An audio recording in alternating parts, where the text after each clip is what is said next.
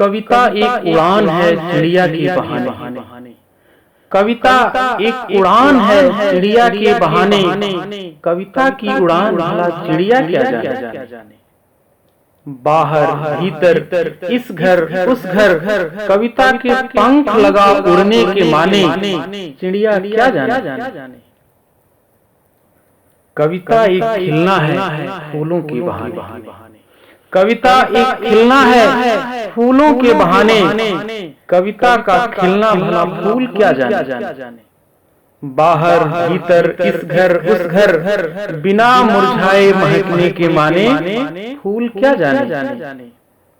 कविता एक खेल है बच्चों के बहाने।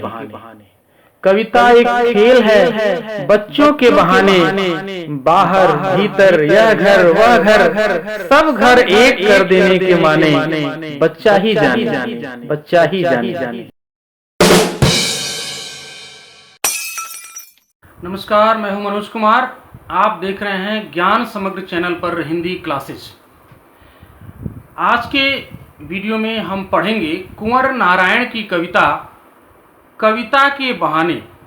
कविता का शीर्षक है कविता के बहाने, जो उनके इन दिनों नामक कविता संग्रह से ली गई है। और यह कविता सीबीएसई बोर्ड के आधार पाठ्यक्रम के कक्षा 11वीं में आरोह भाग 1 के अंतर्गत पढ़ने के लिए प्रस्तावित है। कविता की व्याख्या पर चलने से पहले आइए हम कविता के शीर्षक पर विचार करते हैं।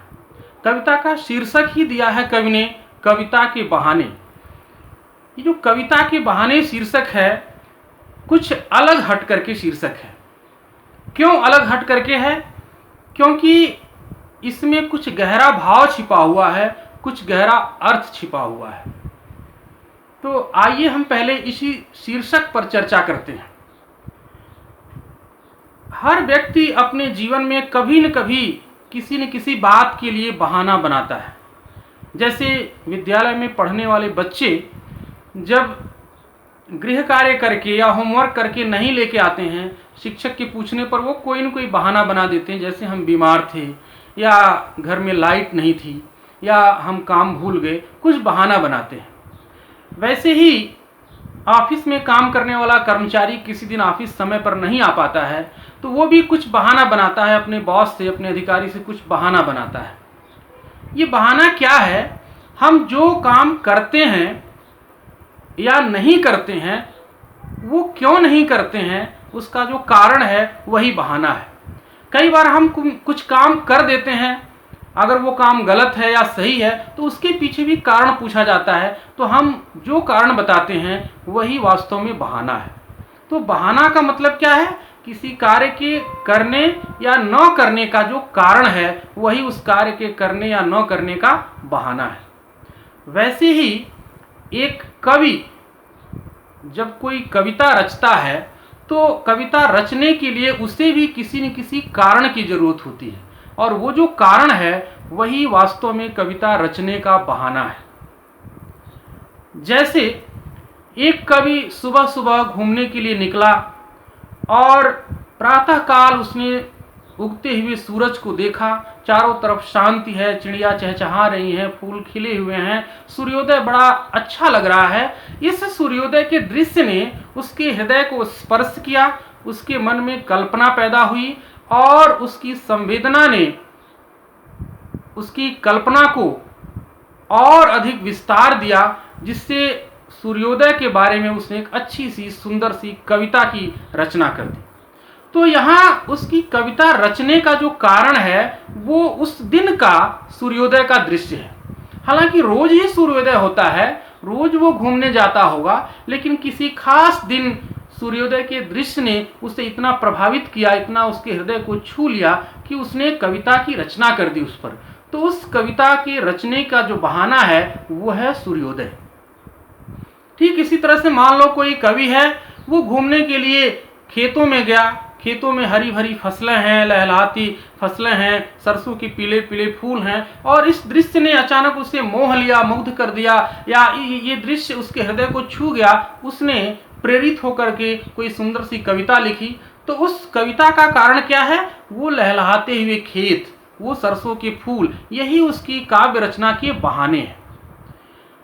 इसी तरह से कोई कवि कहीं घूमने जा रहा है, उसने खिले हुए फूल को देख लिया या उड़ती हुई चिड़िया को देखा, और ये जो खिले हुए फूल का सौंदर्य है या उड़ती हुई चिड़िया का जो सौंदर्य है उसको, उसके मन को मोह लेती है, और वह जो है इन सौंदर्य को वर्णन करने के लिए एक सुंदर सी कविता रच देता है या उस सौंदर्य को अपनी कविता में उतार देता है। तो वास्तव में ये जो चिड़िया का सौंदर्य है, ये जो फूल का सौंदर्य है, यही उसकी कविता का बहाना है। यानी इन सौंदर्य के बहाने से ही उसने कविता रची। और ये बहाना कहाँ से लिया उसने? ये बहाना कहाँ से मिला उसको? प्रकृति से मिला, संसार से मिला। तो कहने का तात्पर्य है कि कवि को कविता रचने का बहाना चाहिए, और वो बहाना उसे इसी प्रकृति से, इसी संसार से मिलता है। लेकिन जिस बहाने से कवि कविता रचता है वो बहाना बहुत ही सीमित है। सीमित किस अर्थ में? देश, काल, परिस्थिति के अर्थ में, समय के अर्थ में, स्थान के अर्थ में। जैसे एक फूल को खिलते हुए देख करके उसके फूल के सौंदर्य पर कवि ने कविता लिखी, कुछ ही घंटे के बाद उस फूल का सौंदर्य समाप्त हो जाएगा, फूल मुरझा जाएगा, फूल झड़ जाएगा, लेकिन उस खिलते हुए फूल का जो सौंदर्य कविता में वर्णित हो गया, अब वो सौंदर्य अमर हो गया। कविता अनंत काल तक, कविता बहुत दिनों तक इस धरती पर रहेगी। कवि नहीं भी रहेगा तो भी उसकी कविता रहेगी, और जब जब जहां जहां लोग उस कविता को पढ़ेंगे तो उस खिलते हुए फूल के सौंदर्य को अनुभव करेंगे। तो ये अंतर है।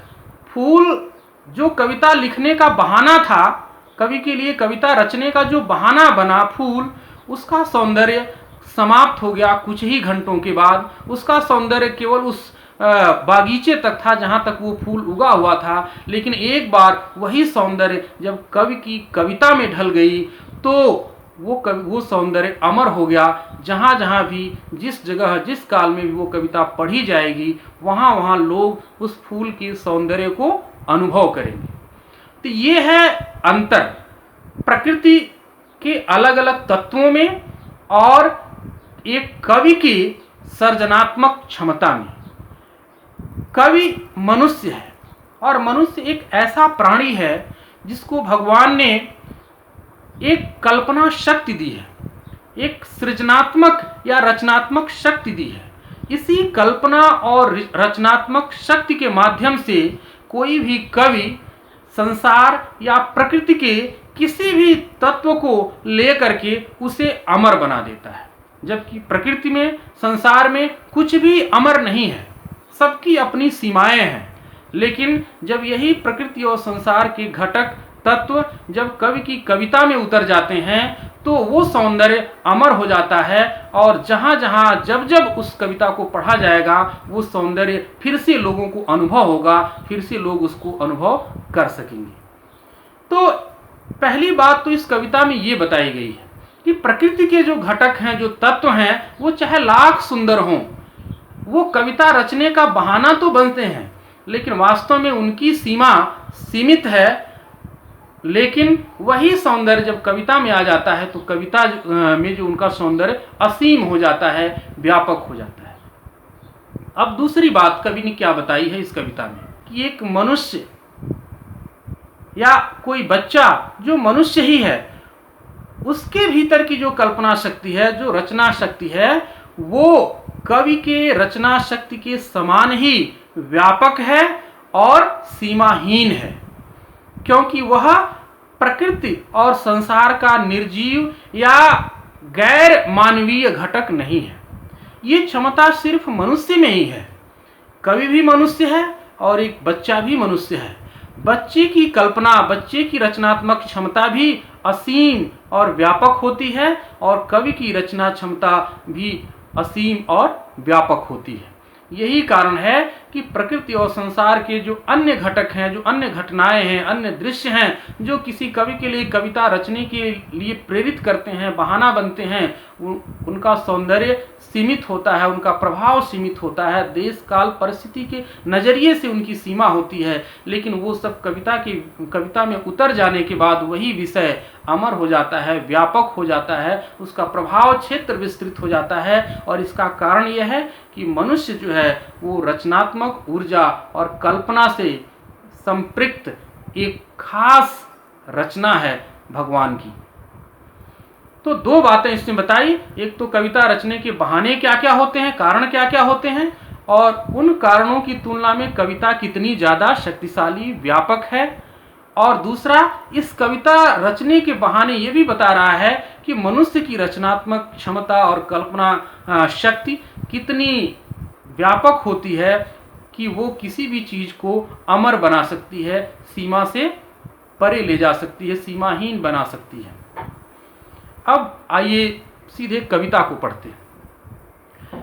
कविता एक उड़ान है चिड़िया के बहाने, कविता की उड़ान भला चिड़िया क्या जाने, बाहर भीतर इस घर उस घर, कविता के पंख लगा उड़ने के माने, चिड़िया क्या जाने।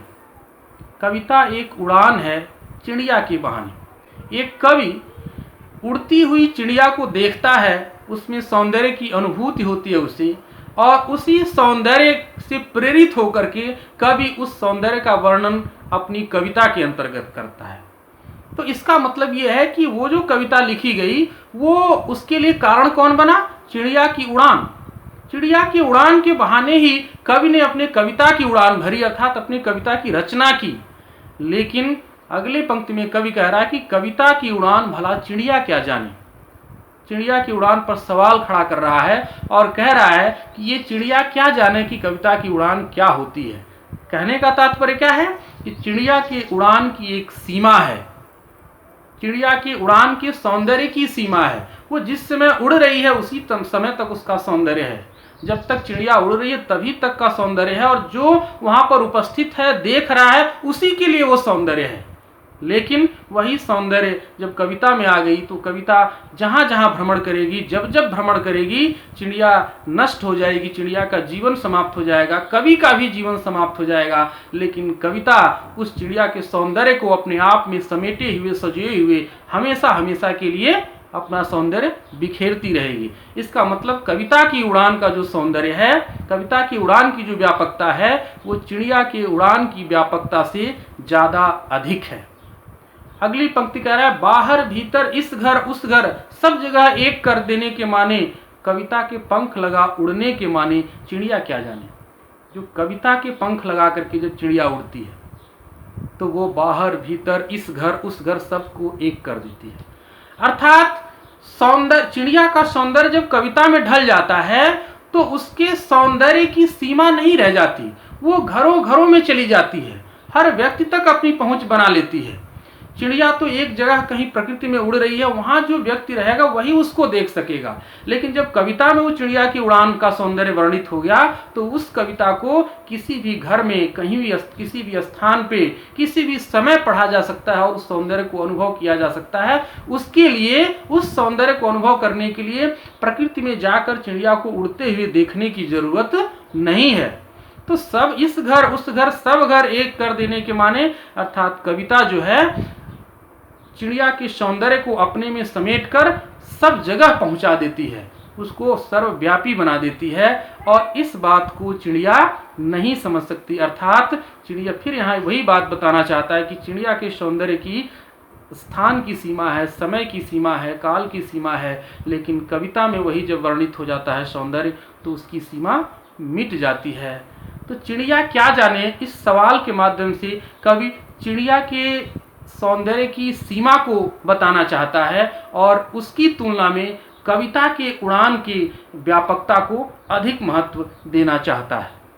अगली पंक्ति देखते हैं, कविता एक खिलना है फूल के बहाने, कविता का खिलना भला फूल क्या जाने, बाहर भीतर इस घर उस घर, बिना मुरझाए महकने के माने, फूल क्या जाने। कविता एक खिलना है फूल के बहाने। किसी खिलते हुए फूल को या किसी खिले हुए फूल को जब कोई कवि देखता है तो उसके सौंदर्य से मुग्ध हो जाता है और उसके सौंदर्य पर कविता रचता है, यानी फूल के उस सौंदर्य को अपनी कविता में वर्णित करता है। लेकिन अगली पंक्ति में कवि कह रहा है, कविता का खिलना भला फूल क्या जाने। तो इस खिले हुए फूल को देख करके ही कवि की कविता खिली, अर्थात कवि की कविता रची गई। लेकिन वो जो फूल है वो कविता के इस खिलने को नहीं समझ सकता। क्यों? क्योंकि फूल का जो खिलना है वो एक सीमा तक है, उसकी सीमा है। फूल सुबह खिलेगा, हो सकता है शाम तक या एक दिन बाद, 2 दिन बाद वो मुरझा जाएगा, उसका सौंदर्य नष्ट हो जाएगा। जहां पर फूल खिला है वहीं उसके सौंदर्य का प्रभाव नजर आ रहा है, वहीं उसकी खुशबू मिलेगी। लेकिन जब वो सौंदर्य कविता में उतर आया तो अब वो अमर हो गया वो सौंदर्य। फूल नष्ट भी हो जाएगा, तब भी जहां जहां वो कविता जाएगी, जहां भी लोग उस कविता को पढ़ेंगे तो फूल के उस सौंदर्य को लोग अनुभव करेंगे, उस सौंदर्य की कल्पना करेंगे। तो इस तरह से कविता में फूल का सौंदर्य उतर आने के बाद अब वो मुरझाने की संभावना उसकी खत्म हो गई, अब वो नष्ट नहीं होगी। आगे कह रहा है कि बाहर भीतर इस घर उस घर एक कर देने के माने, बिना मुरझाए महकने के माने फूल ही जाने।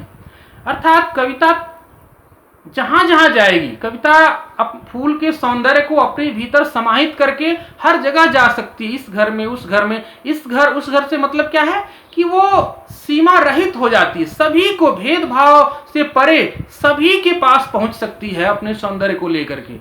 जबकि फूल की क्या है, अपनी सीमा है। वो जहां खिला हुआ है वहां जब कोई व्यक्ति जाएगा तभी उसके सौंदर्य को देख पाएगा। लेकिन वही सौंदर्य जब कविता में ढल गया तो वो सौंदर्य कहीं भी ले जाया जा सकता है कविता में बांध करके, और जहां जहां उस कविता को पढ़ा जाएगा, जहां जहां लोग कविता को पढ़ेंगे वहां वहां उस फूल के सौंदर्य को अनुभव करेंगे। और काल की सीमा से भी वो सौंदर्य परे हो गया। फूल तो एक निश्चित समय के बाद मुरझा कर नष्ट हो जाएगा, लेकिन उस खिले हुए फूल का सौंदर्य जो कविता में आ गया, वो कविता जब भी पढ़ी जाएगी, आज कल परसों 100 वर्ष 1000 वर्ष बाद भी पढ़ी जाएगी, तब भी फूल का सौंदर्य उस कविता में नजर आएगा। अर्थात कविता में ढल करके फूल कभी मुरझाता नहीं है, उसका सौंदर्य बना रहता है। इसीलिए कवि कहता है कि बिना मुरझाए महकने के माने फूल क्या जाने। फूल जो है वो मुरझा सकता है, उसकी महक जा सकती है, लेकिन वही फूल जब कवि की रचना में आ गई, कविता में आ गई, तो वो मुरझाएगी नहीं और उसकी महक सदा बनी रहेगी। ये दोनों कार्य क्यों हो रहे हैं? चिड़िया का सौंदर्य कविता में आ गया और अमर हो गया, फूल का सौंदर्य कविता में आ गया और वो अमर हो गया। ऐसा क्यों हुआ? क्योंकि कवि के पास एक रचनात्मक क्षमता है, रचनात्मक ऊर्जा है, एक कल्पना शक्ति है, और वो सिर्फ मनुष्य को प्राप्त है। तो इस मनुष्य रूपी प्राणी को ईश्वर ने जो रचनात्मक ऊर्जा दी है, जो कल्पना शक्ति दी है, ये एक ऐसी ताकत है कि इसके स्पर्श से प्रकृति और संसार की कोई भी वस्तु अमर हो सकती है, रचनात्मक ऊर्जा के संपर्क में आकर के। यही कविता की खास बात है। अगली पंक्ति में इसे और स्पष्ट कर रहा है, कह रहा है कविता एक खेल है बच्चों के बहाने, बाहर भीतर इस घर उस घर सब घर एक कर देने के माने, बच्चा ही जाने। यहां देखना है कविता की तुलना बच्चे की क्रीड़ा से, बच्चे के खेल से कवि ने की है। जैसे बच्चा खेलता है, खेल खेल में, छोटा बच्चा खेल खेल में क्या करेगा, कब कौन सा एक्शन करेगा, इसकी कोई कल्पना नहीं कर सकता, इसका कोई अनुमान नहीं लगा सकता।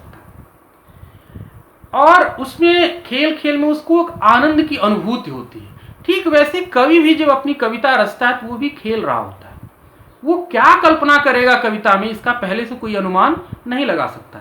और इस कविता रचने के खेल में कवि को भी एक अद्भुत आनंद की अनुभूति होती है। कवि को ही नहीं, जैसे बच्चे को खेल को देख करके दूसरे लोग भी आनंदित होते हैं, वैसे कवि के इस कविता रचने के खेल को देख करके भी दूसरे लोग आनंदित होते हैं। यानी कवि शब्द क्रीड़ा करता है, अपने शब्दों के माध्यम से खेलता है और उसमें अपनी कल्पना के माध्यम से नए नए भाव भरता है, जिसके कारण कविता जो है, काव्य की रचना जो है, कवि के लिए एक खेल बन जाती है। तो जिस प्रकार बच्चे का खेल है जो खुद बच्चे को भी आनंदित करता है, दूसरों को भी आनंदित करता है, और बच्चा खेल में कब क्या करेगा इसका अनुमान नहीं लगाया जा सकता है, ठीक वैसे ही कवि अपनी कविता में, अपने रचना में कब क्या करेगा इसका कोई अनुमान नहीं लगाया जा सकता। और कवि की रचना खुद कवि को भी आनंद देती है और दूसरों को भी आनंद देती है। तो ये दोनों एक समान है। क्यों? क्योंकि बच्चा भी मनुष्य है, कवि भी मनुष्य है। बच्चे के भीतर भी रचनात्मक क्षमता है, कल्पना की शक्ति है, और कवि के भीतर है, दोनों समतुल्य हैं। अब आगे कह रहा है, बाहर भीतर इस घर उस घर एक कर देने के माने बच्चा ही जाने। बच्चा जब खेलता है तो वो किसी भी घर को पराया नहीं मानता, वो इस घर उस घर सभी घर को अपना ही मानता है। खेलते खेलते कभी अपने घर से निकल के पड़ोसी के घर में चला जाता है, उनके घर से निकल के दूसरे के घर में चला जाता है, क्योंकि बच्चे का हृदय बड़ा सरल होता है, निष्कलुष होता है, वो उसमें अपने पराये का कोई भेद नहीं होता है। अर्थात बच्चे की खेल की भी कोई सीमा नहीं है, वह अपने पराये के भेद से मुक्त है, स्थान की सीमा से परे है, और अपने पराये की जो संकुचित मानसिकता है, इस मानसिकता की सीमा से भी वो परे है। ठीक वैसे ही जैसे कवि की कविता होती है, वो भी अपने पराये के भेद को ध्यान में रखते हुए कविता नहीं रची जाती है। कविता रच करके उन्मुक्त छोड़ दी जाती है, सारे संसार के लिए वो कविता है, वो अपने पराये का भेद अपने भीतर नहीं पालती है, सभी के लिए कविता है, सब जगह पढ़ी जाने के लिए कविता है। ठीक वैसे ही बच्चे का जो खेल है वो भी अपने पराये के भेद से पूरी तरह से मुक्त है, और बच्चे की जिस प्रकार कवि की कल्पना कवि ही जानता है, ठीक उसी तरह से बच्चे के खेल के पीछे जो उसकी कल्पना है, जो सोच है, वो एक बच्चा ही समझ सकता है। तो यहाँ पर कवि और बच्चे को एक साथ बराबर रखा जा रहा है, वहाँ किसी कमतर नहीं आंका जा रहा है, बच्चे को कमतर नहीं आंका जा रहा है कवि से। एक बच्चा भले वो छोटा है, लेकिन वो भी मनुष्य ही है, इसलिए उसके भीतर भी रचनात्मक ऊर्जा है, कल्पना शक्ति है, इसलिए वो किसी भी मामले में कवि से कम नहीं है। जबकि प्रकृति के अन्य तत्वों जैसे फूल और चिड़िया के मामले में कवि ने क्या कहा कि फूल का कविता की तुलना में फूल कुछ नहीं है, कविता के सौंदर्य की तुलना में चिड़िया की उड़ान कुछ नहीं है। यानी वहाँ चिड़िया की उड़ान और फूल के खिलने को कविता के उड़ान और कविता के खिलने की तुलना में कमतर बताया गया है, लेकिन यहाँ पर बच्चे के खेलने को बल्कि अधिक महत्व कवि दे रहा है। बच्चे की कल्पना इवन कवि की कल्पना से भी ज़्यादा महत्वपूर्ण यहाँ पर है, और यही कारण है कि कवि लास्ट में कहता है कि बच्चे सब घर एक कर देने के माने बच्चा ही जाना है। अर्थात बच्चा किस प्रकार सारे भेद मिटा देता है, अपने पराये का भेद मिटा देता है, ये सिर्फ एक बच्चा ही समझ सकता है, क्योंकि उसके भीतर भी कल्पना शक्ति है, उसके भीतर भी रचनात्मक ऊर्जा है। तो कुल मिलाकर के मनुष्य की इस विशेषता का वर्णन कवि ने किया है, जो भगवान ने उसे एक अद्भुत नियामत के रूप में दी है, और वो क्या है? रचनात्मक शक्ति और कल्पना शक्ति। इसी रचनात्मक शक्ति और कल्पना शक्ति के संपर्क में आकर के प्रकृति, जीवन जगत की कोई भी चीज सीमा रहित हो जाती है या बहुत व्यापक हो जाती है, अमर हो जाती है।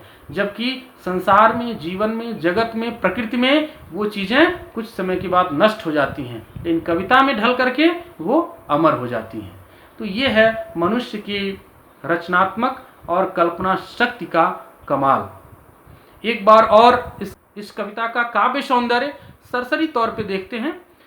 चिड़िया की उड़ान जो है वो बहुत सीमित होती है, लेकिन वही चिड़िया की उड़ान कविता में आ जाने के बाद वो विस्तृत हो जाती है, व्यापक हो जाती है, और उसकी सीमा बहुत व्यापक हो जाती है। ठीक फूल को देख करके एक कवि जो है कविता रचता है, तो फूल के खिलने के बहाने ही वो कविता यद्यपि रची गई है, फिर भी फूल नश्वर है, थोड़े समय के बाद नष्ट हो जाएगा, उसके समय की सीमा है, उसके सौंदर्य की सीमा है, लेकिन वही सौंदर्य कविता में ढल जाने के बाद उसका सौंदर्य अमर हो जाता है। यानी कविता अधिक उस सौंदर्य को सजो करके अधिक व्यापक बना देती है।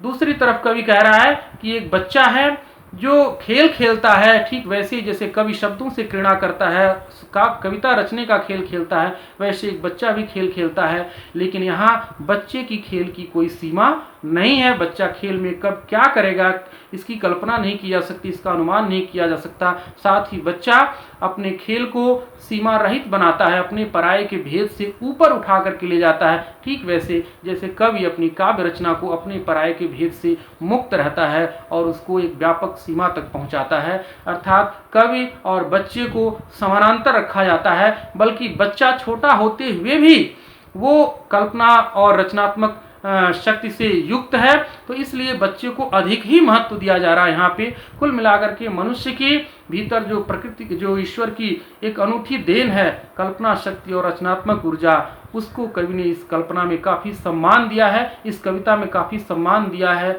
महत्व दिया है। अब आते हैं कविता के शिल्प सौंदर्य पर। शिल्प सौंदर्य के अंतर्गत हम देखते हैं, कविता एक उड़ान है चिड़िया के बहाने। इस वाक्य में कविता की उड़ान और चिड़िया की उड़ान में सुंदर तुलना की गई है। इसके बाद कविता की उड़ान भला चिड़िया क्या जाने, इसमें चिड़िया क्या जाने इस कथन के माध्यम से चिड़िया की उड़ान को कमतर दिखाया गया है और वहीं कविता की उड़ान को ज़्यादा महत्व दिया गया है। तो जब हम किसी एक चीज़ पर सवाल खड़े करके उसे कमतर दिखाने का प्रयास करते हैं और दूसरे को ज़्यादा महत्व देने का प्रयास करते हैं, तो उसमें एक वक्रोक्ति अलंकार होता है। तो यहाँ पर भला चिड़िया क्या जाने इस कथन से चिड़िया की उड़ान को सीमित या कमतर आंकने का प्रयास किया गया है। तो यहाँ वक्रोक्ति, जिसे काकु वक्रोक्ति कहते हैं, काकु वक्रोक्ति अलंकार है और वहीं चिड़िया क्या जाने में प्रश्नालंकार भी है। इसी तरह से बाहर, भीतर, इस घर, उस घर, इन सभी शब्दों में जहाँ र की बार बार आवृत्ति है, इससे अनुप्रास अलंकार है। वहीं पर बाहर, भीतर, इस घर, उस घर, इन शब्दों के बार बार प्रयोग करके कवि कविता के प्रभाव क्षेत्र की व्यापकता और भेदभाव से रहित होने की बात को ज़्यादा प्रभावी ढंग से व्यक्त कर रहा है। वहीं कविता के पंख लगा उड़ने के माने, यहाँ कविता के पंख में रूपक अलंकार है। इसी तरह से चिड़िया क्या जाने, यहाँ पर प्रश्न के माध्यम से कवि ने एक तो प्रश्नालंकार का परिचय दिया है, साथ में यह भी बताया है कि चिड़िया क्या जाने इस प्रश्न के माध्यम से कवि ने चिड़िया की उड़ान को तिरस्कृत किया है, सीमित बताने का प्रयास किया है। और चिड़िया क्या जाने इस प्रश्न से चिड़िया को मानवीकृत करने का भी प्रयास किया गया है। एक तरह से मानवीकरण अलंकार है, क्योंकि चिड़िया से मनुष्य की तरह ज्ञान की अपेक्षा की जा रही है। पूरी तरह से देखा जाए तो इसमें छंद का अभाव है, छंद नहीं है कोई कविता में, लेकिन फिर भी लय, प्रवाह और तुक का अद्भुत मेल है। जैसे बहाने, जाने, माने, फिर जाने, इन सभी शब्दों में परस्पर तुक मिल रहा है और इस तरह से कविता में एक प्रवाह और तुकबंदी नजर आती है। अगले अनुच्छेद में भी देखते हैं, कविता एक खिलना है फूल के बहाने। इसमें फूल के खिलने और कविता के खिलने में बहुत ही सुंदर साम्य स्थापित किया है, तुलना की गई है। फिर यहाँ कविता का खिलना भला फूल क्या जाने, फूल क्या जाने इस प्रश्न के माध्यम से कवि फूल के खिलने के महत्व को कमतर बता रहा है, उसकी सीमा को बता रहा है और वहीं इसकी तुलना में कविता के खिलने को ज़्यादा महत्व दे रहा है, ज़्यादा बड़ा बनाकर दिखा रहा है। तो यहाँ पर भी एक खास कथन है जो प्रश्न शैली में किया गया है, जिसके माध्यम से एक चीज़ को कमतर बताया जा रहा है, दूसरी चीज़ को महत्वपूर्ण बताया जा रहा है। तो वहाँ पर भी काक वक्रोक्ति अलंकार है। इसी तरह बाहर, भीतर, इस घर, उस घर, यहाँ पर बार बार इन शब्दों की आवृत्ति में र की आवृत्ति हो रही है, जिससे अनुप्रास अलंकार भी है। वहीं बाहर, भीतर, इस घर, उस घर, यह कविता के प्रभाव क्षेत्र की व्यापकता और भेद रहित होने की बात को प्रभावी ढंग से व्यक्त करने का एक तरीका है। बिना मुरझाए महकने के माने फूल क्या जाने, मुरझाए महकने के माने मौ की आवृत्ति है, इसलिए अनुप्रास अलंकार है। फूल क्या जाने यहाँ पर प्रश्नालंकार है और यहाँ पर भी काकु वक्रोक्ति है। कविता एक खेल है बच्चों के बहाने, इसमें बच्चों के खेल और कविता रचने की प्रक्रिया दोनों को एक साथ तुलना की गई, बहुत ही सुंदर मनोरम तुलना है ये। और यहाँ पर भी कवि बाहर, भीतर, इस घर, उस घर, इन शब्दों के प्रयोग से कविता की व्यापकता को और साथ में बच्चों की क्रीड़ा और बच्चों की सृजन क्षमता की, सृजनात्मक ऊर्जा की व्यापकता को दर्शा रहा है और साथ में उनकी भेदभाव रहित होने के भाव को भी इंगित करना चाहता है। सब घर एक कर देने के माने बच्चा ही जाने।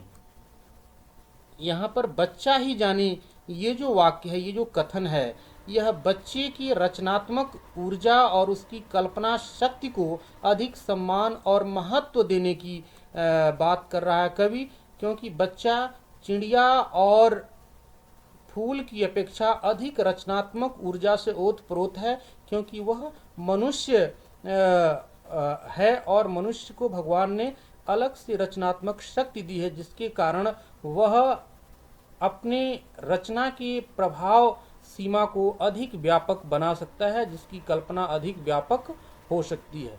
तो बच्चा ही जाने कथन से बच्चे की रचनात्मक ऊर्जा का अधिक सम्मान किया है कवि ने।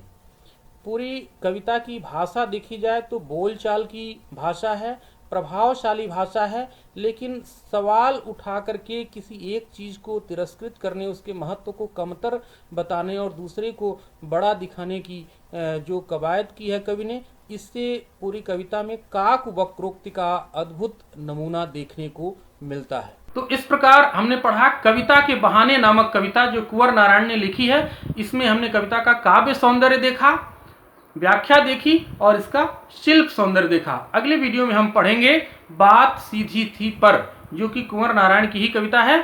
तो इसी के साथ इस वीडियो को समाप्त करते हैं। अगर कविता की व्याख्या आपको पसंद आई हो तो इस वीडियो को लाइक कीजिए, शेयर कीजिए और ज्ञान समग्र चैनल पर हिंदी क्लासेस के और वीडियो देखने के लिए हमारे चैनल को सब्सक्राइब कीजिए। धन्यवाद। शुभ दिन।